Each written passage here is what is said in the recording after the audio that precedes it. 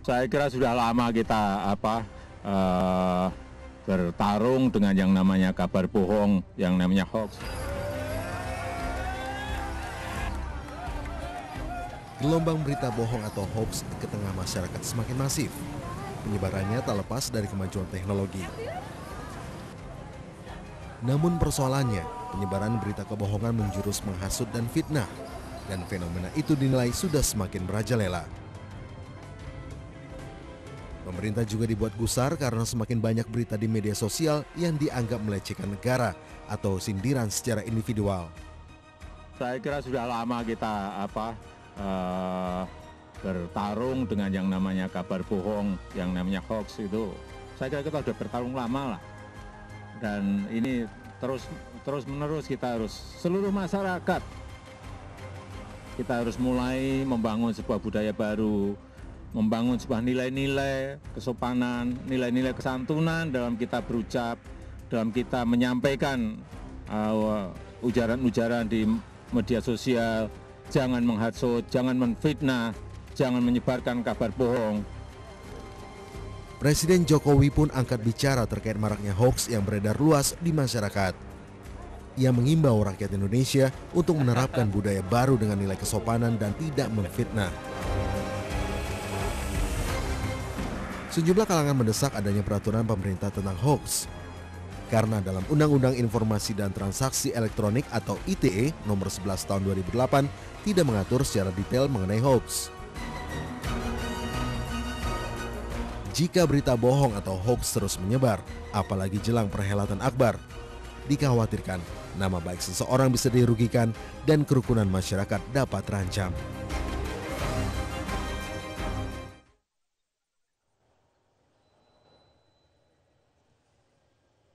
Ya pemirsa, melawan hoax atau melawan peredaran berita-berita bohong atau berita-berita yang mengandung unsur fitnah, ujaran kebencian dan lain sebagainya, itulah yang sedang marak. Bahkan Presiden Indonesia ke-6, Pak SBY pun sempat curhat di Twitternya pada Jumat pekan lalu. Kalau Anda memfollow akun Pak SBY di Twitter, Pak SBY sangat mengeluhkan maraknya berita hoax yang ada di tanah air saat ini. Dan apa sesungguhnya makna ataupun cerita di balik tulisan Pak SBY di akun Twitternya, sudah ada Wakil Ketua Umum Partai Demokrat, Roy Suryo, bersama saya malam hari ini. Selamat malam Mas Roy. Malam Mas Roy. Malam dan juga. Mas Gun-Gun Herianto, pengamat politik dari UIN. Selamat malam Mas Gun-Gun. Selamat malam Mas Aryo.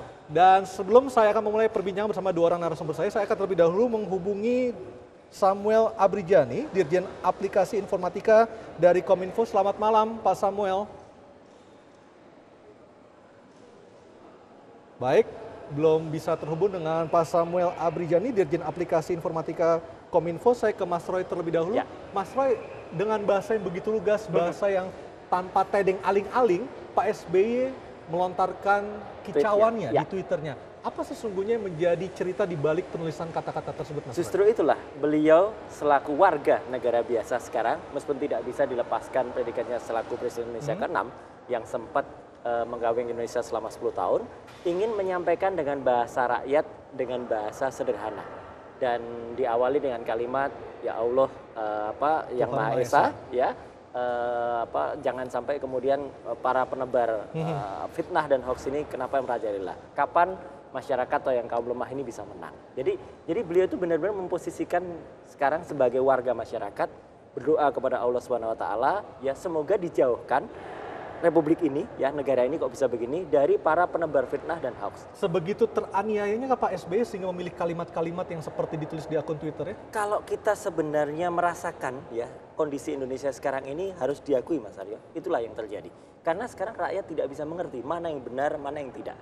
Ya sampai kemudian contoh saja ya, misalnya ketika akhir tahun lalu, ya saya mendapatkan berita tentang kenaikan biaya administrasi untuk STNK. Ya, saya sudah mendapatkan PDF-nya, 22 lembar halaman yang ditantangani Presiden. Ya. Saya kebetulan, ya Mas Arya tahu aku hobi otomotif ya. Saya coba sebarkan itu di klub-klub otomotif. Dilarang sama teman, Mas jangan ini hoax ini. Ini kalau nggak benar-benar keluar gimana? Gitu. Saya dapat ini sudah tanda tangan firm. Ini ditandatangani Presiden Jokowi pada tanggal 6 Desember. Tapi media mainstream tidak ada yang memuat waktu itu. Ya, jadi akhirnya saya tahan dulu. Ya. Baru kemudian akhir Desember itu ada beberapa media yang disebutnya, ya saya harus mohon maaf ya, orang kadang menyebutnya itu media yang tidak mainstream, media abal-abal itu memuatnya. awas ada kenaikan gini. Tapi masyarakat tidak boleh percaya kan dengan media kayak itu. Baru setelah seminggu pada awal Januari kita dikejutkan dengan adanya munculnya berita dan itu sudah H-1 Mas. Nah sekarang masyarakat harus percaya yang mana? Padahal kalau dilihat dari tanggal pengeluaran berita resmi yang katakan tidak hoax itu, pemerintah salah karena sudah ada sosialisasi 30 hari. Baik. Nah jadi itu satu contoh kasus. Contoh kasus yang lain saya kira yang sering saya sebut, kita sempat bangga dengan presiden kita yang mendapat predikat terbaik se-Asia dan Australia. Tapi ternyata ada orang yang bisa mempertanyakan ke David Twibb yang menuliskan berita di Bloomberg ternyata hoax. Tidak seperti itu Beritanya maksudnya. tidak seperti itu. Jadi inilah yang kemudian sekarang menjadi bingung. Artinya pemerintah pun kesulitan. Saya bisa melihat bagaimana kesulitan pemerintah menegaskan ini berita benar atau tidak. Gara-gara apa? Gara-gara ada berita-berita yang sebenarnya lebay, ya, yang mungkin mengunggulkan terlalu besar. Misalnya ini pertama kalinya, ini prestasi, ini nyatanya itu sepi, nyatanya itu tidak sukses, itu dilebih-lebihkan. Sehingga orang kemudian menjadi mencari sendiri sumber beritanya. Mas Itu Gun-Gun, masalahnya. kalau seorang Pak SBY saja, mantan orang nomor 1 dari Republik ini selama 10 tahun bisa mengeluh sedemikian rupa sehingga terkesan sangat lemah melalui kata-katanya, bagaimana dengan rakyat biasa Mas Gun-Gun? Jadi gini Mas Aryo, sebelum saya jawab pertanyaan Mas Aryo, jadi ini menjadi rame kan karena memang komunikatornya Pak SBY gitu. Jadi prominence, presiden 2 periode, dan ini tweetnya followernya banyak dan 9 juta kemudian menjadi perbincangan. Betul. Kenapa? Sebenarnya kalau Mas Aryo perhatikan isi atau konten dari pesan di tweetnya, kalau dianalisis itu sebenarnya SBY banget. SBY banget? SBY banget. Apa yang terkesan SBY banget Mas Gun-Gun? Kenapa SBY banget? Itu karena pertama, coba Mas Aryo perhatikan konstruksi bahasanya. Ya. Tidak eksplisit ditunjukkan kepada Kepada siapa. Ya. Ini namanya asymmetric communications. Jadi tidak terlalu kemudian fokus komunikannya siapa, ya kan? Sehingga kemudian posisi ketidakjelasan komunikan ini sebenarnya Pak SBY tentu bukan mengeluh kepada Allah, Ya. tetapi ada message yang sebenarnya dikirim ke seseorang atau sekelompok orang. Ini namanya the power of language. Dalam bahasa komunikasi politik, ini yang disebut dengan perang kata-kata. Jadi mengeluh itu sebenarnya bukan vertikal, tetapi seperti bola biliar, dia sodok, kemudian dia punya efek domino kepada yang lain. Ini yang disebut dengan permainan card stacking dalam komunikasi politik. Seperti Mas Aryo punya kartu itu didirikan dan dijatuhkan, maka punya efek domino pada jatuhnya kartu-kartu lain. Baik. Nah, Saya akan konfirmasi ke Mas Roy. Ya. Sebenarnya siapa orang yang dituju? Benarkah istana? Ya sebenarnya susah ya saya menjawab Mas Gun-Gun ya. Kami sama-sama di ISKI, Tapi Ikatan kan Sarjana Komunikasi. Jadi artinya ilmunya sebenarnya sama. Ya, Mas Roy sehari-hari bertemu dengan Sah. Pak SBY. Oh iya, gitu, iya, kayak- sah-sah saja. Ya, Mas oke. Gun dan saya mengapresiasi itu. Tapi sebenarnya kalimat Pak SBY berkata, ya Allah Tuhan yang Maha Esa, negara kok jadi begini, juru fitnah dan penyebar hoax berkuasa dan merajalela. Kapan rakyatnya? Ya itu boleh diartikan begitu. Tapi kalau saya Ya. lebih mengartikan bahwa ini sudah paripurna. Jadi sebenarnya nggak perlu ditafsir-tafsir lagi. Kita nggak perlulah menafsir ini. Ini sudah clear, loud and clear, ya. Memang kalau dikatakan disentuhkan, ya tadi dikatakan tidak vertikal tapi horizontal gitu. Ya biarkan orang menilai begitu. coba Gitu, ya. Mas Aryo perhatikan, ini ada namanya teksis. Ya. Itu istilah Aristoteles, itu namanya pembagian. Kalimat meskipun satu tweet, tapi terbagi menjadi 3 bagian. Ada pembuka, Ya. isi dan penutup. Pertama ya, Ya. itu kan membukanya itu dengan bahwa kenapa negeri ini jadi begini. Betul. Ya. Ya. Ini kan kalau dibaca adalah ekspresi ketidak-happyan Pak SBY atas situasi Republik saat ini. Dan ini bisa punya makna yang sangat polisemik, multi makna. Dan salah satunya bisa itu dimaknai sebagai attacking pada situasi saat ini yang tentu orang tahu bahwa ketidak-happyan Pak SBY itu konteksnya bisa macam-macam. Antara lain adalah situasi politik, begitu. Mungkin Tapi Pak kan- SBY merasa Nah, terzolimi kemudian seperti yang itu. kedua, coba perhatikan bagian tengahnya itu bicara soal Hoax. apa namanya juru fitnah Ya. ya dan penyebar hoax ya yang Berkuasa berkuasa dan dan merajalela. merajalela. Ya. Kata berkuasa itu bisa punya makna personal, bisa punya makna kolektif. Kalau misalnya kita bicara kuasa, Itu semua orang bisa punya kuasa ketika dia mampu mengarahkan pihak lain pada kemauannya. Artinya kalau seperti itu lembaga yang artinya Mas Aryo, itu tidak mesti message-nya itu pada pemerintah, tetapi bisa kepada siapa saja. Itu yang pertama.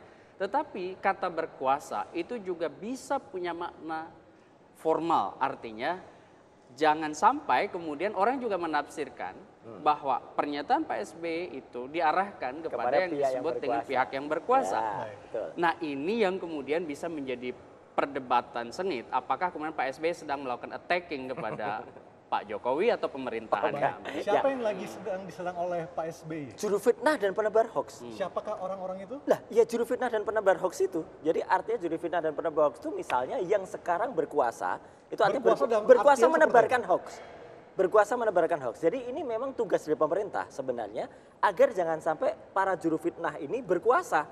Karena apa? Yang kita lihat sekarang gini, kalau misalnya ada orang menebarkan yang tidak betul, tugas atau fungsi dari pemerintah itu melindungi rakyat, termasuk Pak SBY, termasuk saya, termasuk Mas Gugun, termasuk Mas Aryo, termasuk pemirsa iNews. Itu kami kan rakyat. Yang Pak SBY itu memposisikan sebagai rakyat biasa yang kemudian pertama kali membuka dengan kemudian berdoa kepada Allah Subhanahu wa taala, kepada Tuhan Yang Maha Esa untuk kemudian diselamatkan bangsa ini, jangan sampai negara kok jadi begini ya, dari para penebar hoax ini. Jadi artinya negara yang memang tadi kalau dikatakan Mas Gun itu punya power atau punya peralatan yang kemudian memungkinkan untuk bisa mengendalikan, ya tolong kendalikan. Jangan sampai para penebar Rocky Gerung ya, bukan saya. Justru harapan kita kan negara ini harusnya justru malah bisa memutus para penebar hoax ini. Nah, jangan sampai, sekarang yang Mas Gun tadi sebut, ada kawan kita Mas Rocky Gerung yang mengatakan ironisnya kalau negara justru yang memiliki instrumen itu malah quote and quote tidak berdaya terhadap penebar hoax dan ini, sehingga ada tuduhan, yang tuduhan itu belum tentu betul juga, tapi karena kalau negara nggak berdaya, ya seperti ini, maka berdayakanlah negara ini. Baik, dan pemirsa, pernyataan Pak SBY tersebut muncul di saat yang hampir bersamaan dengan diperiksanya calon wakil gubernur pasangan Agus Harimurti, Silviana Murni. Adakah keterkaitan dua peristiwa tersebut? Talk to iNews akan segera kembali. Jadi terasa tidak dua orang kan? Oh iya, benar. Aku juga. Jadi makanya. Itu anggota SBY. Iyalah.